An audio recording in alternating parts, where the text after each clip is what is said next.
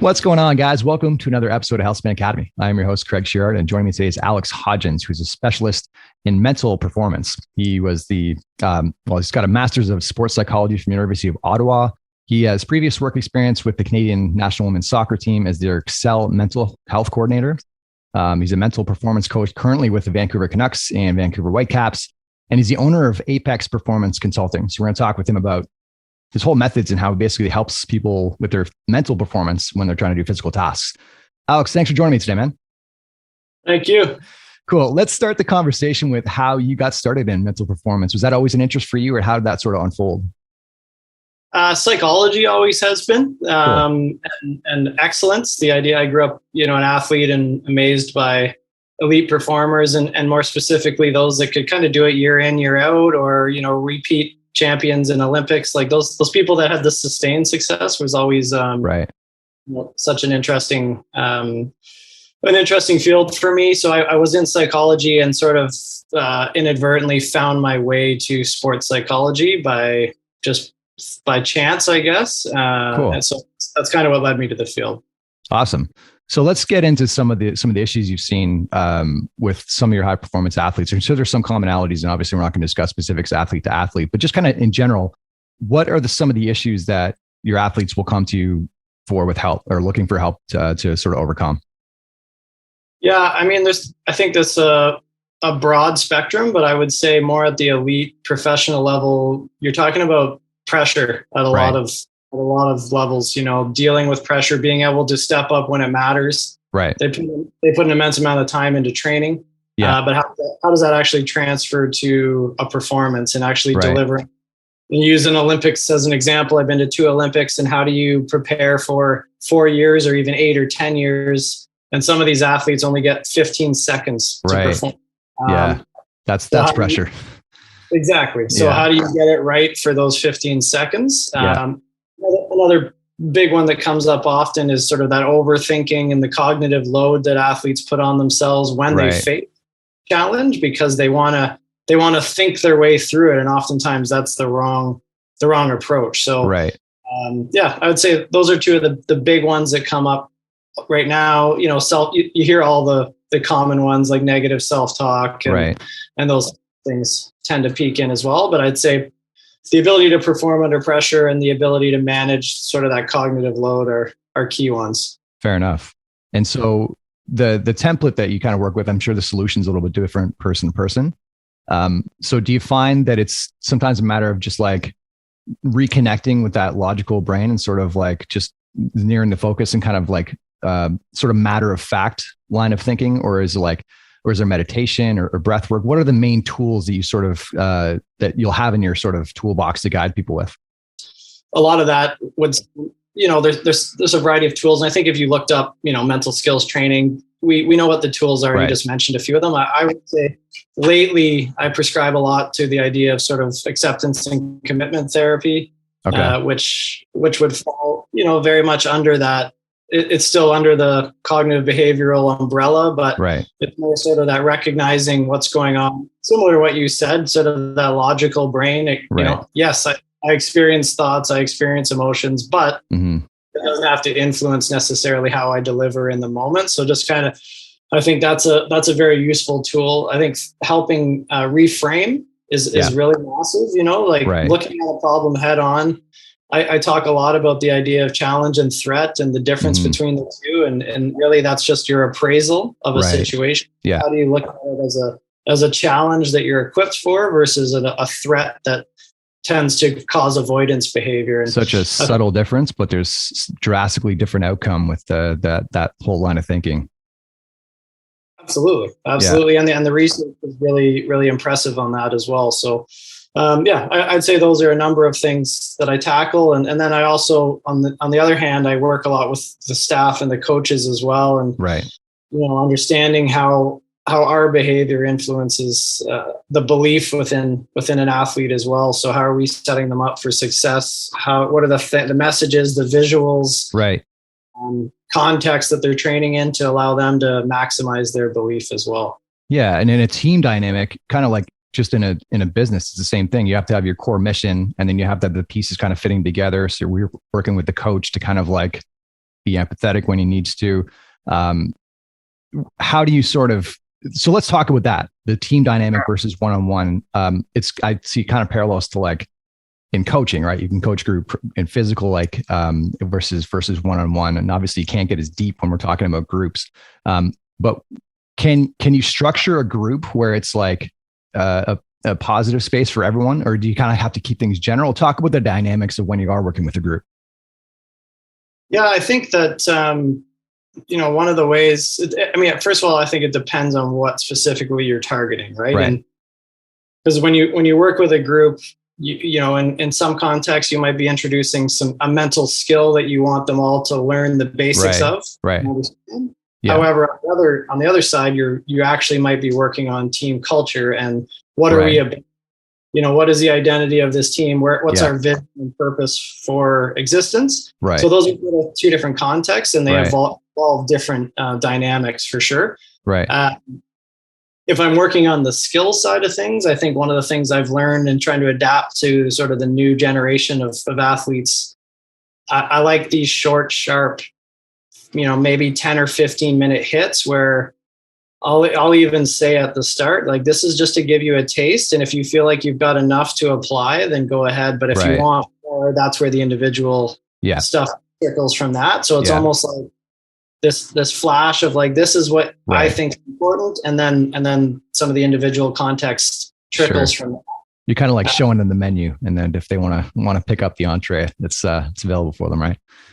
That's a better way to phrase it. But that's exactly right. Because I find sometimes, if you do a 45-minute, which traditionally was how you kind of did it, you lose people, right? And they and you don't want to saturate the information. You'd rather it be fresh and sticky and have a punch. And then if they want more, or they want to figure out how they can adapt it to their life better, then that's where the individual stuff can really be. And you almost have to do that in a group, because if you go too deep into a topic and someone's either like it's just not interesting, or they're already pretty like proficient with that piece, you'll lose them, right? And then the whole thing kind of falls apart. So cool. I love that dynamic.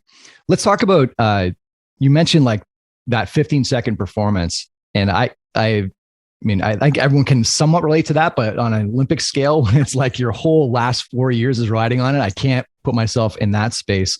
So how do you talk an athlete through those kind of high pressure situations and get them prepared for game day to actually do their best? What do the sort of conversations look like?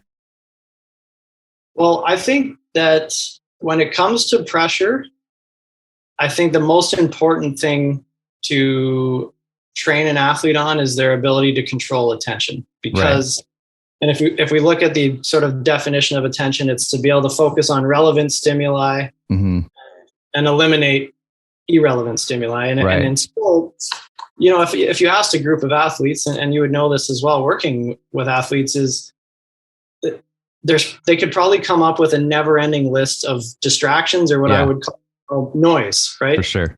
And they'd actually come up with very few things that are relevant to focus on, right?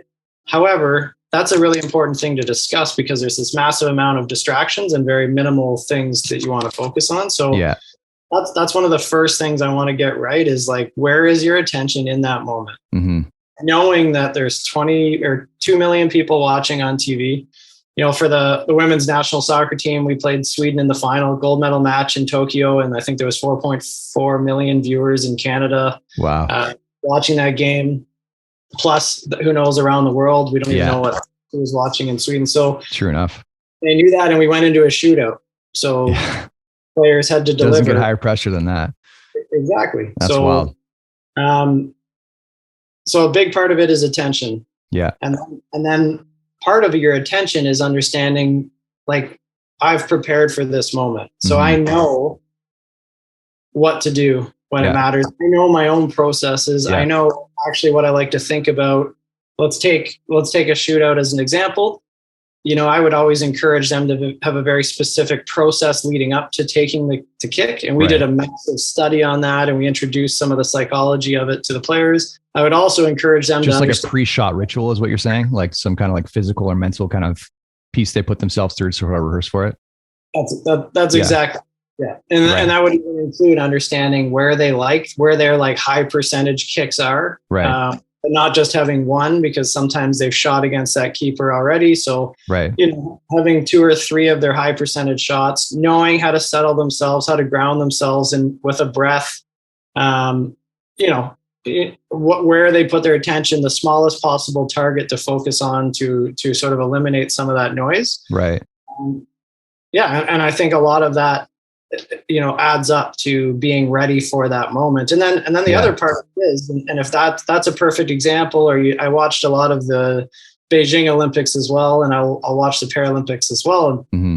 But if you think about it, at the end of the day, if you've prepared well, put your mind in the right spot, and just fully committed, you're giving yourself the best chance. For sure. Right? Yeah. And that's the commitment to the process. Yeah. And sometimes, and that's the beauty of sport, is sometimes it doesn't go the way you hoped or wanted to. You can just control what you can control, right? Exactly. Right. But I think we get so caught up in the outcome, or you watch a player or an athlete in front of you deliver their best performance ever, and then you're going, oh my God, I've lost already. Yeah. Yeah. True enough. Really, it's that full commitment, that full trust, and being able to create a space where you can do that. Yeah. Very important. Fair enough. I had this similar conversation with Avalon Wassenaars, who won gold for our rowing team in the summer. And something that blew my mind in her preparation that I had never even heard of before. She would try to make herself nervous in practice to kind of simulate the big crowd. That blew my mind, because I'd never heard of anyone trying to make themselves nervous, but it makes sense. And it worked, obviously. So they're just a different breed. Is that so have you heard of other athletes doing something similar to that? Or is that a tactic you kind of put in the toolbox for some people? Absolutely. It obviously depends on the sport, but one of the things we did a lot of research on when I was with Canada Soccer, and the previous head coach, we did a lot of research on what's called fidelity, so how realistic is your training environment, so it transfers more effectively. Right. One of the things we did when we were in BC and we were preparing for a game against the United States, and we knew it was going to be a bit of a sellout crowd, 45,000 people. Right. And we got to train in the stadium a couple days prior, and we managed to get some crowd noise and pumping that up, and just little subtleties like that to prepare the players' brains for some of that noise and distraction that they might not otherwise have to deal with. Yeah. Even things like, if I work with a few downhill mountain bikers, and sometimes the first thing I ask is what their training environment's like and how does it differ from competing. Right.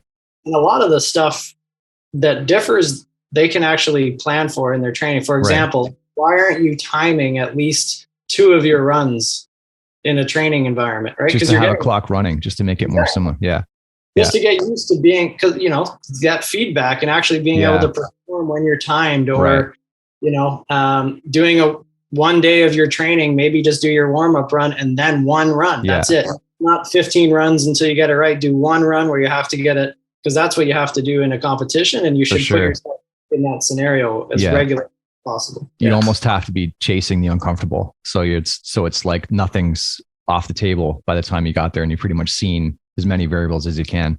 I love that. Great way to put it. Yeah. Let's talk about sleep. So I know that may not be your niche necessarily, but obviously impacts mental performance. Do you coach your athletes through kind of sleeping rituals, or is that something you would sort of off track to somebody else, or talk about the impact of sleep and sort of how that can impact performance in some of the athletes that you've seen? Oh, I think it has a massive, massive impact. Yeah. There's a couple of things I would like to say on it, both on the positive and the negative, but sure. We've worked a lot on that in the various teams I've worked with. Usually I would team up with the sports scientists to do that, because it's kind of in both of our wheelhouses. I would talk more along the sleep hygiene thing, which is becoming increasingly more difficult, trying to encourage people to be off their phones an hour before bed. True enough. But the other factor is we have a lot of travel. When you work with national sports teams, you're traveling. Right. You're not just traveling from Vancouver to Toronto. You're traveling 9 hours or to Tokyo. So really understanding jet lag, and how you almost have to work 5 days prior to that to sort of adjust the schedule effectively, and planning, and even what you do on the airplane. And because oftentimes we would land in Europe after a 9-hour flight, and we might be training within a few hours, and you have to be ready for the training session. So all of that stuff becomes vital. The other side of it is the learning piece. You know, we know that it's not just that sort of recharging your batteries, but learning information, and most of that retention of information and learning happens during sleep, where your brain can just sort of process and that becomes so crucial, because if you're not getting that rest and that sleep, including naps, then you might not, you know, have the same type of retention that you'd want over a short period of time. So so we do, long story short, a lot of education on that and support on that. And with Canada Soccer, we track sleep daily, and we had a flagging system if anyone was too low, etc. However, on that, one of the things I think I would just note, and I've fallen victim to it as well. I had like a sleep watch. I use a Garmin now, but I had like a very specific watch. Right. And I've worked with athletes as well that just don't sleep well. Right. And they found a way to still deliver when it matters. I was talking to a ski cross athlete a few months ago who slept 2 hours before the day of the finals in Pyeongchang and won a silver medal. You know, so totally overrated. Who needs sleep? I think, and what I would say is that is definitely not ideal. Like we want the hours, you work hard, but it obviously not getting too caught up in like the more acute stuff. If you have a chronic sleep issue, that's different, but acute. And I think sometimes we get wrapped up in that. And the example I would say with my watch was like, I would wake up in the morning and I felt super refreshed and like that was an amazing sleep. And in my head, I'm like, I probably got 9 hours for sure. Yeah. When I went to bed, and then I'd look at my watch and say disrupted for fun, you know, and it's it starts to play head games with you. Yeah, exactly. So then the rest of the day, I'm like, well, I don't feel fresh anymore. Yeah, that's so true. Needless to say, I stopped even checking that because I just wanted to know how I felt. But I think there is that sort of on the acute level, I think there's that double-edged sword where we don't want too much on it and assume that it's going to impact performance. Right. And then I would just add, sorry for the ramble here. No worries. We talked about sort of some of that fidelity of training and how to, we've done some nights, et cetera, where we've limited athletes' sleep and then had them train or perform like a little bit sleep deprived. A little bit, and not as a form of torture, but as a form of like understanding you can deliver at a high level when you're not fully prepared. And so it's just one variable, I guess, right? Like, and as long as every other box is checked, like you maybe only need 60-70% of your normal sleep to get that 99% performance or whatever. Yeah, I love that. Cool. Yeah, I do think it's something, and the idea of recovery, especially from a mental standpoint, is still very, very difficult for a lot of elite performers to grasp, because they think if I have a day off, then I'm falling behind. And, you know, and those types of things. So, and I think sleep falls into that, understanding how to sleep well. And, you know, even those that understand you shouldn't be on social media till 1 a.m. still do it. Like it's true. You know, I had a chat this summer with a sleep doctor, and she went through some of the research, and she said a disturbing amount of adults wake up in the middle of the night to check their phone, which would that blew my mind. I can't even imagine ever having that instinct of checking your phone when you're like up to that's wild. But yeah, you're totally right. You got to stay off the phone. There's like enough research backing it, and it's not doing you any good. But you know, if you can't control it, you can't control it. Or wake up like I always find that too. You wake up and you have, like you mentioned earlier, controlling what you can control. If you want to set yourself up for a good day, you don't have any control over the email, text, whatever that came in overnight. So true.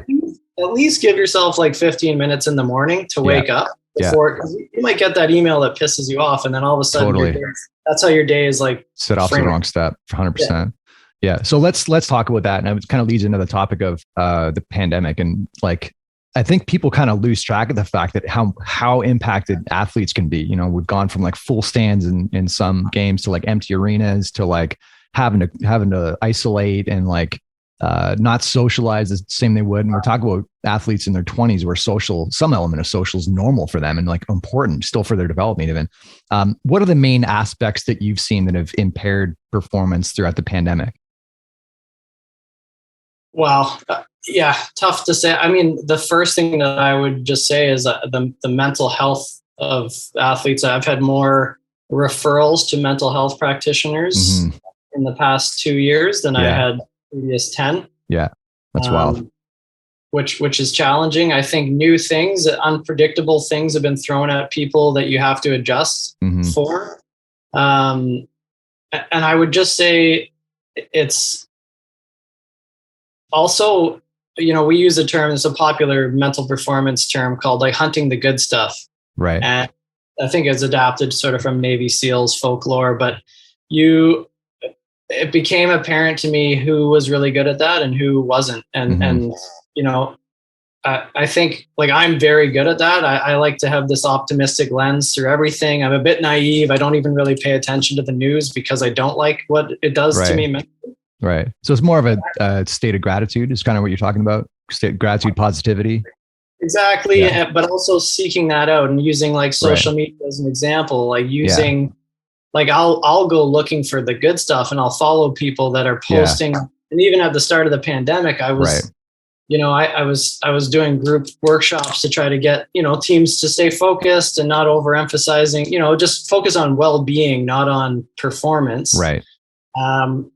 But I would always lead in with some of these amazing videos I'd found of people finding ways to do cool stuff while they were isolated and just lifting stuff, because I know most of them are looking at all the the negative stuff. Oh, we can't play here. We can't do this. Like how am I going to train? Right. So I found that quite an interesting dynamic is, that mental health and how people sort of viewed things. But then when we got back to train, and we were pretty early, we started, we got back into performance environments in, I think, January of 2021. So sort of 9 months, and we had to prepare for an Olympics. We hadn't been together for almost a full calendar year, and then prepare for Olympics. But then you have daily testing every single day. Everyone is paranoid about a positive all day. Yeah. We're wearing masks in a hotel all day. Our first camp, we were in Florida for 3 weeks. And at the time, Florida, it didn't seem like COVID existed there at all. We had been testing every day, masks on. And then I remember the one night on a Friday night, there was a wedding and there was like probably 500 people and no one had a mask on. And we're like, well, why are we bothering? That's wild. So just little things like that we never had to account for. And then even in Tokyo, it was an amazing experience, one of the best of my life. And you never take an Olympics for granted. It's just such a special thing, regardless of what's going on. However, for, I would say 4 of the 6 weeks we were there, it was very, very prison-like. You know, we were escorted around. We had to test every day. Yeah. You couldn't really do anything. We weren't even allowed to go outside. You weren't even allowed to press the button on the elevator by yourself. Somebody in gloves on had to do it. It was a bizarre. That's wild. That makes a victory bittersweet, right? Because like your first thing you think of is like seeing the family and celebrating with your friends and the whole thing. And that was just taken away. You're like, here's your medal. Go back to your room and isolate. Well, that's it. That's it. And not sharing that. Like I was in Rio and we won a bronze medal in Rio, and the family was in the hotel after, and friends and partners and kids and all that. And then Tokyo, no one was even there. So it was a very different experience. But yeah, I think just seeing how it impacted mental health, seeing how people had to adapt. And I would say with Canada Soccer, maybe one of the reasons we did win gold is because we adapted and actually went towards some of these things, and maybe other countries didn't as well. We embraced the challenge and actually went towards it and looked at all the things that might be challenging and found a way to overcome them. So yeah, I love that. Every challenge is like an opportunity for growth, right? Yeah, I love that. Alex, I want to circle back to your own habits. And obviously, I think as someone that's a professional in this realm, like there's almost like this perception, like you've got everything figured out and your mental performance is locked in and all this stuff. And I'm sure it's probably better than most, but it's still challenging, right? And especially when you're dealing with other people's issues, that can tend to weigh you down. So I'm curious to hear where your main priorities are around your own personal health, wellness habits, and what your habits look like around that stuff. Yeah, that's a great point. I'll be honest. Like I feel like I'm mentally pretty I'd use the term like neutral. I don't get too high or too low, and I'm quite consistent, and I tend to stay pretty calm on pressure. I like pressure moments. I like to be stressed out, but I can manage well. Right. But the nature of my job is quite heavy, and people, even though I'm dealing with performance and like, we get to talk about, you're going to step out on the ice tonight against, one of the best teams in the NHL, and like, this is amazing, right? But there's heaviness to it, right? Sure. And some, I've had times where I've had maybe 4 individual sessions in a row, and it's 11 p.m. My brain's fried, and I'm worried about things that I said. Did I say the right thing? Because we have a big game. And I want to make sure I said the right thing, so they're locked in. Right. So there is that. There's a major heaviness associated because people are entrusting you with their passion and their career. Exactly. Their career, their livelihood, and even their mental well-being. So there's been a lot of nights where I've laid there and wondering till late hours in the morning, early hours in the morning. So, but circle back. I think with that said, one of the best skills, and I encourage everyone to get better at this because we are not good at it, is the ability to reflect effectively. Right. And doing so in a way that removes some of the emotive brain and makes it a bit more logical. You mentioned gratitude. There's a number of ways to reflect effectively, but I always think you need to start from a place of gratitude, or at least a place of, this is what I'm very pleased with today. Right. Even if it was one of the worst days or worst training days you've ever had, you need to feel something good. For sure. Right. Yeah. So starting there, I love that. Like, what am I most grateful for today? And oftentimes I'll encourage them to think about outside of the performance domain. Right. So maybe they had a nice phone call with a loved one back home or whatever. But I think that's really important to disconnect the competitor from the human often. Absolutely. I love that. So I do that myself as well. I always reflect before. I like to write it down, because if I write it down, it's out of my head and I can sort of shut the book on it. Usually just in a little notebook I carry around with me all the time. And then in terms of just well-being, and there's a quote that was said to me by my professor at University of Ottawa, maybe in the first week of our master's program. And it was, if you want to work in high performance, you need to be a high performer. Right. You're standing in front of people talking about motivation, excellence, pursuing like next level of performance, etc. You need to carry that sort of same lifestyle. Yeah. And that really hit home with me. Like, my performance habits, the way I look after myself, changed after that moment. It's gotten better over the years because I was still quite young at that point. But and since then, I've adapted something I call like the bare necessities, which, obviously that's kind of not related to the Jungle Book, but it's just a little stickier because of it. And what those are is breathe. So for me, that is, it can be a full mindfulness session, but it can also just be that ability to check in with myself in the morning while I'm making my coffee and just sort of get centered. And like I said, before I'm looking at emails or whatever, just kind of setting my brain up for the day. And I do that through breathing. The second part is the activation. So I try to exercise daily. I try to do something that at least raises my heart rate for an extended period of time every single day. I'm a big runner, so that tends to be my default, but obviously weights as well. Yeah. And then the recovery piece or relaxation is also a crucial part of this. So those are big ones, just adapting those and making sure they're part of my day to day. And I can tell if I haven't done them effectively. I know at the end it has in my life. I love that. And then the other part is the eat, and just nutrition. I would say I'm not amazing at that, but I'm also quite good and quite cognizant of what I put in my body and how I feel and the impact that it has. So breathe, activate, recovery or rest, and then eat. And that's the bare necessities for me. Awesome. I just want to take a quick second to dissect that. So when you say breathe, I think some people think, I breathe all the time. You mean like intentional breath, just slow the heart rate down, stimulate that parasympathetic state is what you're talking about. Exactly. The easiest way, if I'm teaching it, the low hanging fruit in that is 2 in, 4 out. The longer exhale, you activate the parasympathetic system. Yeah. Every single person you talk to says, I want to get calm, or I need to calm down. Yeah. And like, no one knows how to do it. And it's actually really bad advice to try to tell yourself to calm down. Yeah. But by activating your parasympathetic system, you're slowing your heart rate down, you're getting into more of a relaxed state. Yeah. So forcing yourself to be present. Exactly. Yeah. I love that. An intentional, and another way to put it is, like you said, everyone knows how to breathe, but that's breathing to survive, and I'm trying to breathe to thrive. So that's it. Yeah, I love that. Awesome. Well, Alex, it's been an awesome chat. I appreciate your time, man. Thanks for having me. Yeah, it was great. Pleasure. All right, thanks for tuning in for this episode, guys. We'll see you next time. Hey, what's up, guys? Thanks for tuning in today. Hope you enjoyed the episode. Thank you so much for supporting this channel. This has been a fun project. We're growing in viewership every single week, and we obviously couldn't do that without you. So thank you for continuing to tune in. I really hope you're getting value out of the programming and the content. Just wanted to give you a heads up.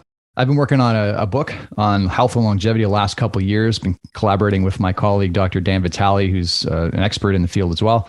And we've basically just kind of summarized the literature, some of the techniques that we found really useful in the world of biohacking, what our exercise regimen looks like, what's, cardio type stuff is going to help us live longer and healthier, mobility work, nutrition. We've covered the whole spectrum, everything that you can basically be in control of in your health and fitness kind of moving forward to help you live as healthily as possible for as long as possible. And it's available free for download. So if you click on the YouTube banner, you'll see a link to download the blueprint. It's also on our Instagram profile, or on the website. You can click on 5pillarmethod.com/optimize to get your free copy of the book. And I hope you enjoy it. Hope you're keeping well. Thanks again for tuning in, and we'll see you next time.